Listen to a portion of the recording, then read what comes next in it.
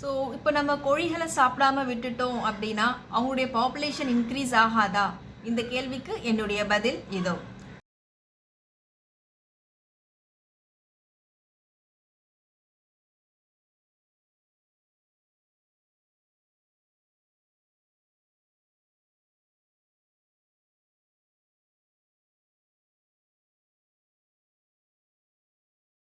So இப்போ நீங்கள் இந்த வீடியோவில் பார்த்தது கோழிகளுக்கு செயற்கை முறையில் கருத்தரிப்பு செய்யப்படுது. ஸோ நம்மளுடைய தேவைக்காகவும் நம்மளுடைய சுயநலத்துக்காகவும் நம்ம அவங்கள ஒரு எக்ஸ்ப்ளாய்டேஷன் செய்ய ஆரம்பிச்சிட்டோம். அவங்களுடைய இறைச்சிக்காகவும் முட்டைக்காகவும் நம்ம அவங்கள ரொம்பவே கொடுமைப்படுத்த ஆரம்பிச்சிட்டோம். அதாவது செயற்கை முறையில் கருத்தரிப்பு அந்த கோழிக்கு செய்யப்பட்டு வாழ்நாள் முழுக்க அந்த சின்ன ஒரு கூண்டுக்குள்ளேயே மொத்தமாக சேர்த்து அடைக்கப்படுது. அது மட்டும் இல்லாமல் ஒரு ஃப்ரீடம் அப்படிங்கிறது கொடுக்காம லாங் அவங்களுடைய விங்ஸை ஸ்ப்ரெட் பண்ணாமல் ஒரு ஃப்ரீடமாக நடக்காமல் விடாமல் ஸோ நம்ம அவங்களுடைய ஃப்ரீடமை மொத்தமாக பறிச்சிடுறோம்.